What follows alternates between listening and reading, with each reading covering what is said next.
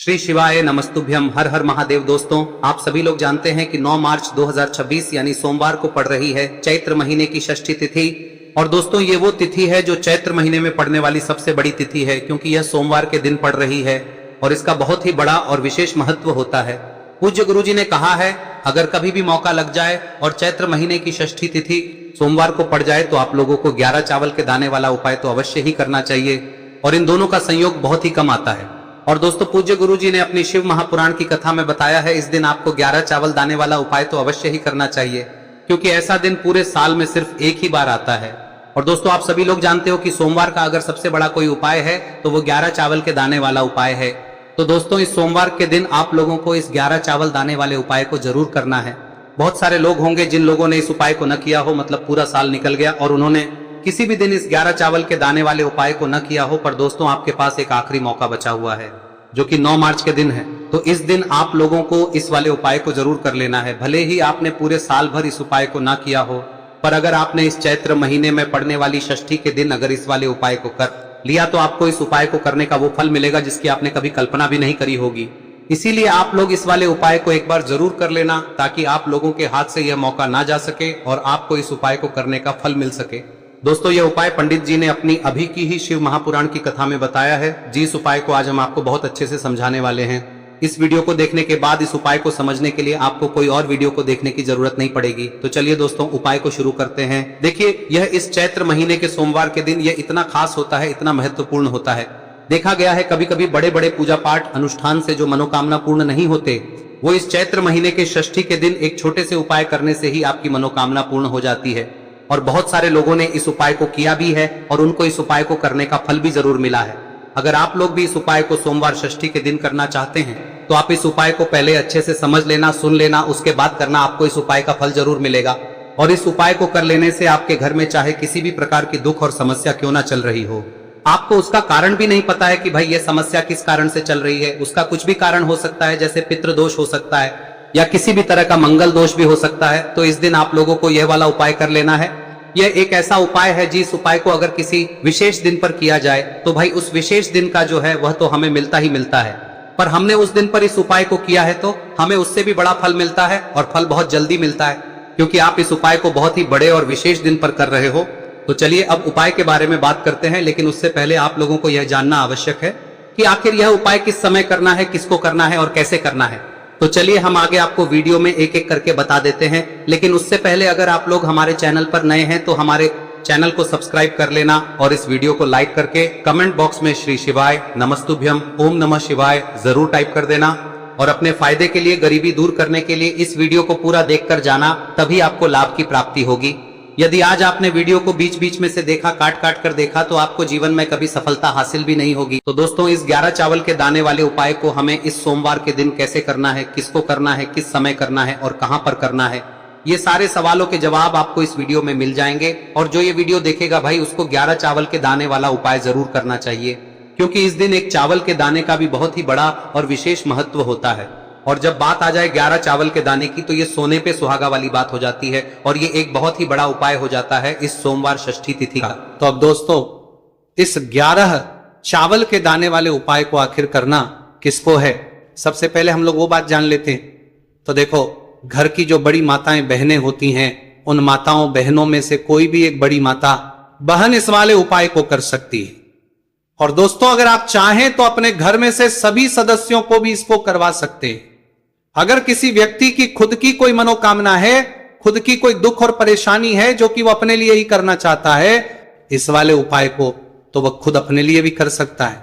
बाकी अगर कोई घर में से ऐसा है जो कि अपने पूरे घर परिवार की सुख और शांति के लिए ये वाला उपाय करना चाहता है, तो भाई वो भी कर सकता है, उसमें भी कोई दिक्कत वाली बात नहीं है। कहने का मतलब यह है कि इस उपाय को हर के सदस्य भी कर सकता है और पूरे घर परिवार के सदस्य के लिए घर की बड़ी माताओं बहनों में से कोई एक माता बहन भी कर सकती है। माताएं बहनें अगर घर में उपस्थित ना हो या वो ये वाला उपाय ना कर पा रही हो, तो फिर घर का कोई बड़ा सदस्य भी इस 11 चावल के दाने वाले उपाय को कर सकता है, चाहे फिर वो पुरुष ही क्यों ना हो, उसमें कोई भी दिक्कत वाली बात नहीं है। अब दोस्तों, इस 11 चावल के दाने वाले उपाय को हमें करना कहां पर है, हमें इसे शिवजी के मंदिर में जाकर करना है। बहुत सारे लोग प्रश्न करते हैं उपाय को करते समय क्या हम इस उपाय को घर पर कर सकते हैं? तो इस वाले उपाय को आप घर पर नहीं कर सकते हो। इस वाले उपाय को करने के लिए आपको शिव जी के मंदिर ही जाना पड़ेगा। उसके बाद में दोस्तों जो अगला प्रश्न निकल कर आता है वो ये आता है इस उपाय को लेकर कि आखिर इस उपाय को हमें किस समय करना है, सुबह के समय करना है कि शाम के समय करना है? तो देखो, इस वाले उपाय को आप लोग सुबह के समय भी कर सकते हो और शाम के समय प्रदोष काल में भी कर सकते हो। अब अगर आप पूछो कि भाई सबसे उत्तम समय कौन सा रहेगा इस 11 चावल के दाने वाले उपाय को करने का, तो हम आपसे बस यही कहेंगे कि इस उपाय को आप सुबह के समय करेंगे तो ज्यादा बेहतर होगा। बाकी अगर प्रदोष काल शाम के समय भी करेंगे तो भी अच्छा होगा, उसमें कोई भी दिक्कत वाली बात नहीं है। तो अब दोस्तों जो अगली सबसे बड़ी और महत्वपूर्ण बात आती है वो ये आती है कि सुबह अगर हम उपाय को करेंगे तो हमें कितने बजे से लेकर बजे तक के बीच में करना है, और शाम के समय प्रदोष काल में करेंगे तो हमें कितने बजे से लेकर कितने बजे के बीच में करना है। तो देखो, सुबह जितनी जल्दी हो सके आप उपाय को करने की कोशिश करना। बाकी अगर किसी कारणवश लेट भी हो जाओ, थोड़ी देर भी हो जाए, तो 10 या 11 बजे तक भी आप उपाय कर लेना, पर 12 बजे से ज्यादा देरी ना हो, ठीक है? इस बात का ध्यान रखना। उसके बाद में दोस्तों अगर शाम के समय प्रदोष काल की बात करें, दोष काल का जो समय है होता है वो शाम के 6 बजे से शुरू हो जाता है। मतलब शाम के 6 बजे से लेकर 7 बजे के बीच का जो समय होता है, यह समय प्रदोष काल का समय होता है। पर अभी जो मौसम चल रहा है, इस मौसम में जो है शाम बहुत देरी से होती है, तो आप इस उपाय को 7 या 8 बजे के बीच में भी कर सकते हो। मतलब शाम के 6 बजे से रात 8 बजे के बीच में आप कभी भी इस वाले उपाय को कर सकते हो, उसमें कोई भी दिक्कत वाली बात नहीं है।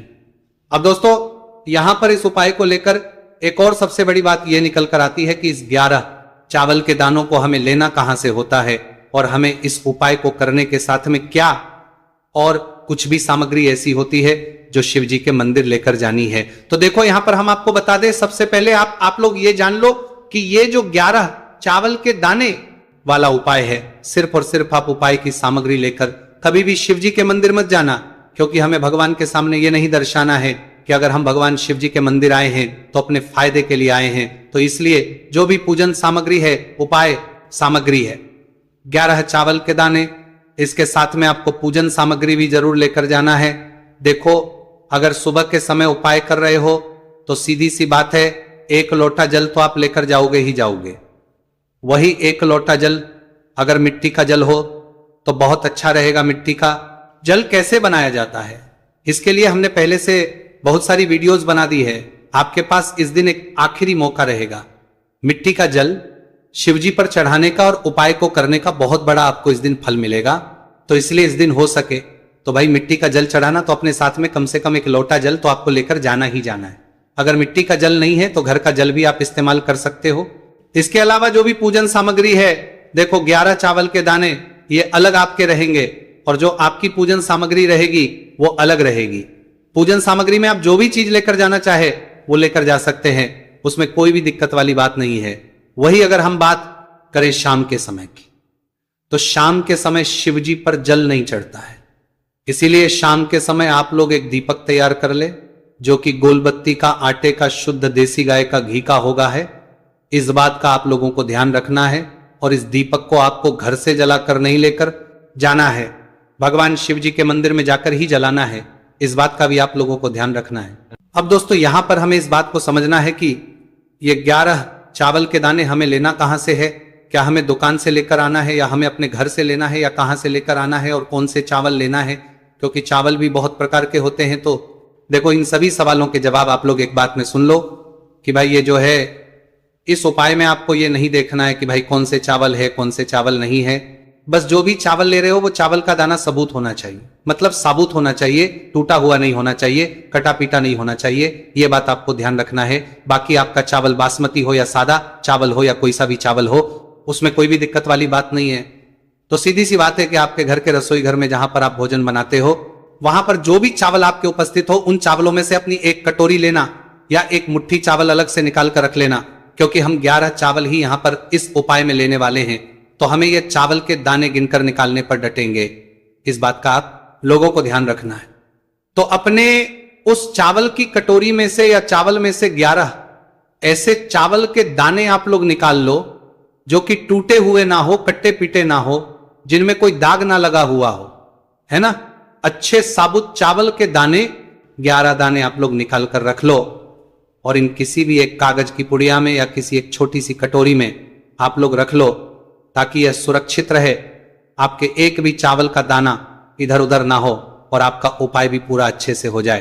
तो भाई जैसे ही आपका उपाय की जो सामग्री है 11 चावल के दाने ये तैयार हो जाते हैं, उसके बाद में आपको जो भी अपनी पूजन सामग्री है सुबह के समय कर रहे हो तो एक लोटा जल या पूजन सामग्री जो लेकर जाना चाहो उसकी भी तैयारी कर लेना, और किस समय जा रहे हो तो भाई अपना जो दीपक है उसे तैयार कर लेना, ठीक है। और उपाय को करते समय शुद्धता का विशेष रूप से ध्यान रखना, ठीक है। सुबह सुबह स्नान करने के बाद ही उपाय को करने की आप लोग तैयारी करना।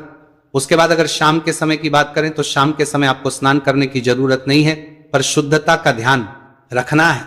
आपको स्नान तो नहीं करेंगे, आप हाथ मुंह धोकर भी इस वाले उपाय को शाम के समय प्रदोष काल में कर सकते हैं, इसमें कोई की बात नहीं है। तो आप अपने उपाय की पूरी सामग्री तैयार करके आपके पास ही में जो आपका शिव मंदिर हो वहां पर पहुंच जाइए। सबसे पहले शिव मंदिर में जाकर आप लोगों को उपाय नहीं करना है, पहले भगवान के दर्शन करना है, भगवान से आशीर्वाद प्राप्त करना है, फिर शिव जी की शिवलिंग के पास में आना है।